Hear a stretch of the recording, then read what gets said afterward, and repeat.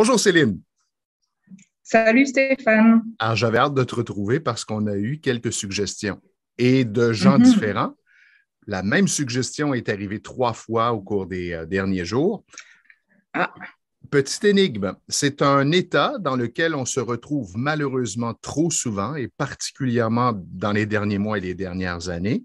Un état qui est hmm. nécessaire à notre survie, mais qui devrait être là de façon sporadique et non de façon permanente. Et cet état commence par le S. Je sais. Le stress. Trop Exactement. facile. Exactement. Oui, hein, je pense que j'ai donné trop d'indices. Le Ouais. stress qui est si présent dans notre société et le psychologue avec lequel je collabore, Gilbert, dit que souvent maintenant, les gens ne ressentent plus ou n'ont pas l'impression d'être dans un état de stress. Dans une échelle de 0 à 10, il me disait souvent entre 0 et 5, les gens vivent avec le stress de façon permanente sans en être nécessairement conscients. Et oui, parce que on a un petit peu pris l'habitude de supprimer ce stress et juste de continuer de fonctionner avec. Alors, d'un point de vue biologique, en fait, tout changement dans notre monde extérieur, en fait, va induire un stress sur le corps. Donc, avant de parler du stress psychique, en fait, il y a tous les stress biologiques. Donc, typiquement, une infection, un virus, le froid, le chaud, les changements de température, même le bruit, etc. Tout ça, c'est des choses où le corps, il doit déjà réguler ses fonctions internes pour pouvoir maintenir une certaine balance. Donc, il faut bien comprendre que la santé, notre corps, au niveau hormonal, au niveau de nos anticorps, etc., on doit être dans un point d'équilibre, en fait. Et sans arrêt, tout ce qu'on vit nous déséquilibre et le corps, il doit nous ramener à ce point.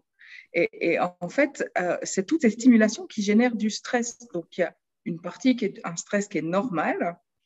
Puis après, en effet, il y a tout le stress qui va au-delà et qui commence à dépasser en fait les capacités de notre corps à réguler. Et typiquement, la pollution, les pesticides, encore une fois, tout ce qu'on met dans le corps, tout ce qu'on respire, tout ça, c'est aussi des agressions en plus, mais Ce on sont ne les des sent stresseurs. pas forcément.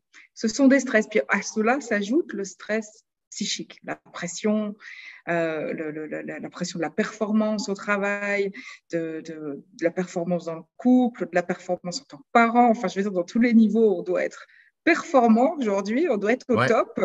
Donc, c'est vrai que le stress, il s'ajoute en fait. Il s'ajoute. Puis à un moment donné, on n'arrive plus à le gérer. Donc, Le c'est sûr qu'on est tous problème, soumis à des stress. ouais, le problème, c'est que justement, on n'en prend pas conscience. Alors, souvent, avec mes clients, le premier exercice que j'enseigne, c'est la respiration. Et je dis à mon client, montre-moi comment tu respires et je te dirai comment tu communiques. Parce que la respiration thoracique, donc c'est la respiration du stress, et souvent, lorsque les gens respirent en inspirant par la bouche pour rapidement continuer leurs activités ou leur communication, ben, c'est un indicateur que la personne est dans une forme de stress. Parce qu'il y a Mhm. différentes intensités de stress, là. Tout à fait. Et c'est un très, très bon indicateur. Et qu'est-ce qui fait que la respiration reste, entre guillemets, bloquée au niveau thoracique ou même claviculaire et qu'elle n'est pas au niveau abdominal, donc c'est ce dont tu parles, eh bien, c'est le diaphragme, en fait. C'est lui qui va supporter, qui va un petit peu récupérer comme ça tout le stress que le corps ingurgite. Et à un moment donné, c'est pour ça qu'on peut se bloquer le dos, entre autres. On va avoir des problèmes de digestion. Le stress, il va se manifester pas uniquement de manière, une fois de plus, psychique, on ne va pas forcément le sentir de cette manière-là. Par contre, si vous commencez à avoir la peau sèche, des problèmes de vision, des problèmes de concentration, des problèmes d'irritabilité, des problèmes de digestion, de libido, ça peut vraiment influencer, de prise de poids ou de perte de poids, etc. Ça va influencer tellement de choses au niveau de notre corps que voilà, la liste est longue. Mais la première chose, en effet, c'est un très, très bon outil pour se rendre compte de est-ce que je suis stressée, c'est comment est-ce que je respire.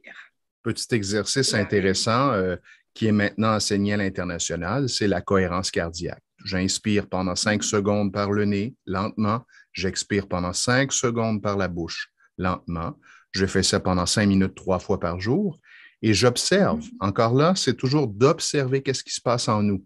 Et vous allez réaliser rapidement qu'après 1 ou 2 minutes de ce type de respiration, vous allez vous sentir comme beaucoup plus calme. C'est un peu comme les animaux, hein? On regarde un animal, un chien, un chat ou peu importe l'animal, qui vit un stress momentané. Alors oui, il est activé, il est attentif, toute son attention se porte à l'extérieur parce qu'il y a un danger potentiel et aussitôt que le danger est passé, il se régule. La respiration redevient calme et on voit le chien ou le chat se déposer. Et nous, c'est pas tout à fait comme ça que ça se passe, malheureusement. Souvent, l'événement qu'on a vécu entraîne ce qu'on pourrait dire, bon, active plusieurs traumas et là, la personne passe des heures et peut-être même des jours dans cet état de stress. La grosse différence entre nous et les animaux, c'est nos pensées. Et c'est ça qui va générer et qui va continuer d'alimenter ce stress. En fait, c'est notre capacité, si je puis dire, capacité à repenser, à ressasser la conversation qui nous a stressés ou anticiper, c'est ça. Exact. Et puis, ces pensées-là vont déclencher des émotions et générer encore plus de stress. Tu parlais de la cohérence cardiaque, il y a plein de petites vidéos que je vous invite vraiment à regarder parce qu'en effet, le but de cet exercice, c'est d'inspirer et d'expirer le même temps. Ça peut être 3 secondes, ça peut être 4, ça peut être 5. Vous pouvez commencer à 4 et puis terminer à 6 parce que petit à petit, vous vous calmez, mais le plus important, c'est d'inspirer et d'expirer sur le même temps. Alors, il y a des petites applications avec un ballon qui monte, qui descend, qui peuvent vous aider dans cet exercice. Et il y a des études là, scientifiques qui ont montré du coup les taux de cortisol, les taux de différentes hormones dans le corps pour montrer qu'il y a un effet jusqu'à 4 à 6 heures après avoir fait 10 minutes de respiration. Donc ça paraît tout simple, tout bête. C'est vrai que c'est simple, il faut juste le faire. Et derrière, en tout cas, il y a des effets au niveau neurochimique pendant plusieurs heures qui ont été montrés. Alors, c'est de l'expérimenter sur une base régulière pour observer. Et rapidement, lorsqu'on se retrouve dans cet état, moi, je le vis avec des clients pratiquement tous les jours. Et lorsque le client fait l'exercice devant moi, il observe tout de suite un changement, il y a un calme qui s'installe et la personne va même me dire, parce que moi, je lui suggère de se fermer les yeux, elle va me dire, wow, j'ai l'impression d'avoir décroché, comme si j'étais en vacances momentanément. C'est fascinant. Et oui, comprenons maintenant qu'est-ce qui se passe quand on fait cet exercice. En fait, on régule la respiration. On entre dans un rythme comme ça avec la respiration. Et la respiration va entraîner en fait le rythme cardiaque. Donc, de la même façon, le rythme cardiaque, il va comme ça augmenter sur l'inspire, augmenter en termes de fréquence et diminuer sur l'expire. Et puis, parce qu'en fait, le rythme cardiaque, il n'est jamais complètement stable. Il est sans arrêt en train d'augmenter, en train de diminuer. Et ce qui est intéressant, c'est qu'une fois qu'on synchronise, c'est pour ça qu'on appelle ça la cohérence cardiaque, on synchronise la respiration avec le cœur, ça va aussi synchroniser en fait nos pensées. Donc, ça va calmer le mental. Oui, c'est ça. Ça a un effet sur le rythme cérébral. C'est ça. Ça synchronise aussi nos ondes cérébrales et donc nos pensées.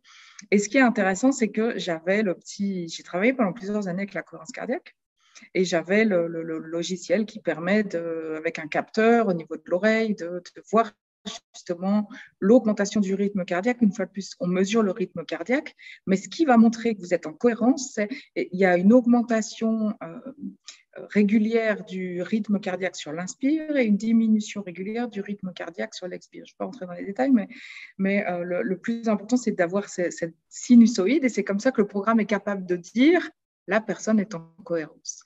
Et moi, je suivais ça. La personne faisait l'exercice pendant les 10 minutes. Moi, je suivais sur l'ordinateur si la personne était en cohérence ou pas. Dès qu'elle sortait de la cohérence, qu'elle rentrait dans le rouge, je disais « Ah, à quoi tu as pensé ?» Et là, elle était bluffée parce que les 3 premières minutes étaient calmes et à un moment donné, il y a une pensée qui arrive et paf, on le voit sur l'ordinateur parce qu'elle perd la cohérence cardiaque. Donc ça permet vraiment de se rendre compte que ce n'est pas juste une vue de l'esprit, hein. Nos pensées vont vraiment agiter quelque chose en nous, agiter nos émotions, notre rythme cardiaque et ça peut être mesurable. Autre point intéressant, ce peut être ce qu'on appelle un trauma générationnel. On en a parlé dans les capsules précédentes et je raconte une anecdote. Mon grand-papa paternel, lorsqu'il voyait son médecin, il travaillait dans un hôpital. Il était menuisier dans un hôpital et il fuyait son médecin de famille. Lorsqu'il le rencontrait, il vivait ce qu'on appelle le syndrome de la blouse blanche, c'est-à-dire qu'aussitôt que son médecin prenait sa tension artérielle, pouc, c'était dans le rouge. Et figure-toi que j'avais ce trauma. Et il y a 2 ans, lorsque j'ai rencontré mon médecin, et je vois la réaction de mon médecin en prenant ma tension artérielle, et il me regarde et il regarde. Qu'est-ce qui se passe? Exactement. Et là, il me dit, c'est anormalement élevé. Et là, en me disant ça, automatiquement, dans ma tête, il se passe plein de scénarios, et là, c'est encore plus élevé. Bref, c'est de travailler aussi avec les techniques Peak States sur l'origine du stress pour carrément défaire cette chaîne traumatique. Et il est possible de le faire assez rapidement et, comme on le dit depuis le début, très efficacement et c'est durable. C'est ça, c'est que là, on a parlé un petit peu de ce qui se passe dans la biologie parce que comme j'adore ça, j'aime bien de donner un petit peu une vision d'ensemble autant que possible. Mais c'est vrai qu'avec nos techniques, en fait, on va agir sur le mental. Donc, au lieu, la cohérence cardiaque, c'est agir via la respiration pour calmer le cœur et donc le mental. Mais encore plus efficace, c'est d'agir directement sur la source. En fait, c'est ce qui cause et ce qui va continuer d'alimenter le stress. C'est ce qui se passe dans la tête, c'est ça. Parce que dans la cohérence cardiaque, vous êtes obligé de le faire 2, 3 fois dans la journée si vous voulez garder ces niveaux stables. Et puis, vous devez le faire tous les jours. Dès que vous ne le faites pas, vous sentez à nouveau que vous êtes plus sensible au stress et puis à nouveau, votre corps peut avoir des réactions.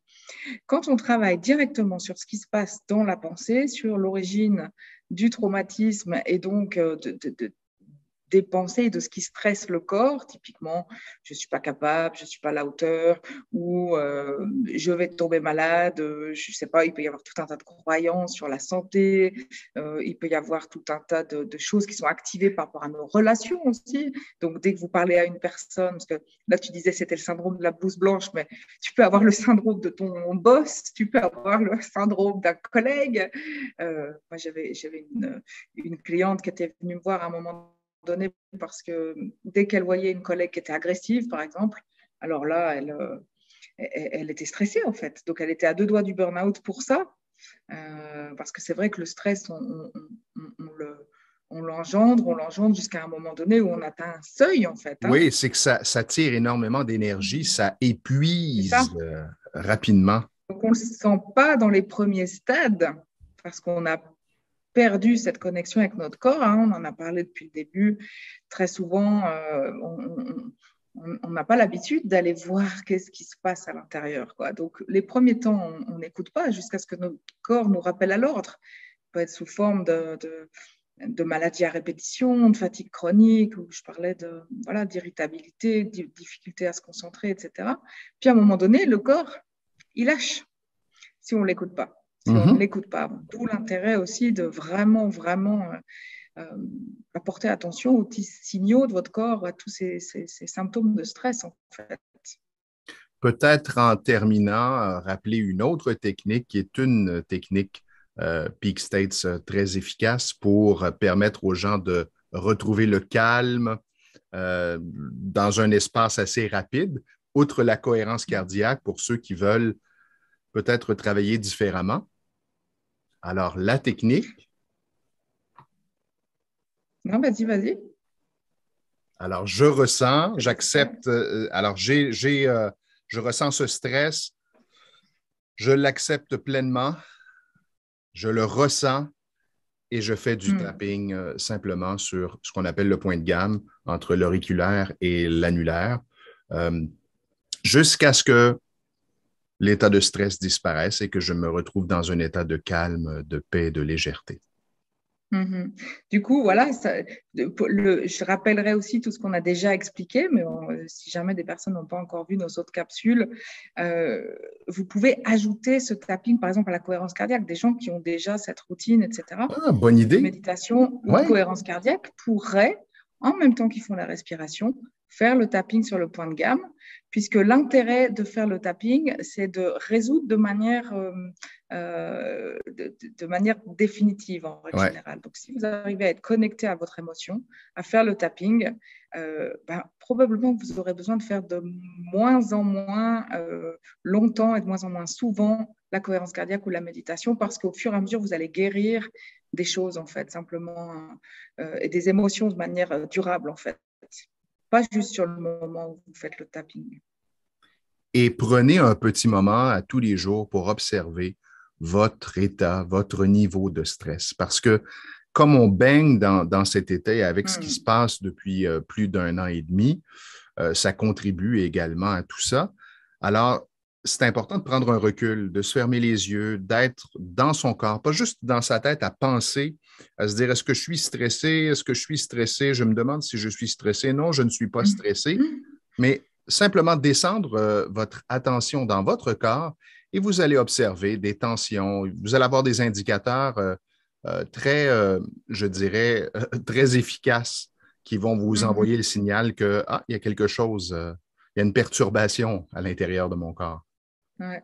Des fois, la première chose qu'on note, en fait, surtout si on n'a pas l'habitude de faire de la méditation ou de prendre soin de soi, première chose qu'on peut noter quand on se demande, tiens, est-ce que je suis stressée? Et quand on ferme les yeux, comme tu l'invites à le faire, non, je ne sens rien. Mais observez déjà les pensées. Parce que les pensées partent dans tous les sens. Alors, probablement qu'il y a quand même du stress et ça peut être le premier indicateur avant de pouvoir vraiment descendre dans le corps. Observer les pensées déjà. Et tu vois, c'est devenu un réflexe, c'est que là, le signal a coupé momentanément. Ah. Alors, on t'a vu figé et j'ai ressenti un peu de stress intérieur. Alors, je me dis, tiens, je disais, pourquoi pas? Dans ces cas-là, observez ce qui se passe dans votre tête. Je ne sais pas si vous avez entendu du coup ce que je disais. Oui, on a entendu par la suite. D'observer les pensées, d'accord, voilà. Alors oui, effectivement. Ça t'a détendu rapidement? Oui, absolument. Et ça devient un automatisme. C'est ce qui est intéressant. Et cette technique du tapping, on peut la faire partout. C'est-à-dire que je place ma main sur ma jambe discrètement en réunion et je fais du tapping si je ressens une émotion qui, pour moi, n'est pas une émotion positive, ou même si je ressens une émotion positive, parce qu'on l'a mentionné également, toute émotion est trauma selon la définition du modèle de l'Institut for the Study of Peak States. J'ai vu que ça avait eu pas mal de succès, d'ailleurs, le fait de comprendre qu'il existait des traumas positifs aussi. Mais pour revenir à l'idée de faire le tapping même discrètement, vous pouvez même juste appuyer sur ce point, en fait. Donc, vous avez vos mains posées sur vos genoux ou sur votre ventre et vous pouvez simplement appuyer sur ce point, en fait, le presser. Ça peut suffire aussi. Alors, expérimentez. Vous avez 2 outils très intéressants aujourd'hui à utiliser, à mettre dans votre coffre à outils. Et puis, je serais très curieuse d'avoir la description de vos symptômes de stress. Qu'est-ce qui fait que vous êtes capable de vous dire à un moment donné, tiens, je suis stressée. Voir comment est-ce que ça se manifeste. Et puis, du coup, peut-être on pourra aller encore un peu plus en détail, donner des exemples et puis répondre particulièrement à vos demandes. Alors, écrivez-nous. Ce sera avec grand plaisir. Merci. Céline. Au revoir, Stéphane. À la semaine prochaine. Bonne journée dans la détente. Oh oui.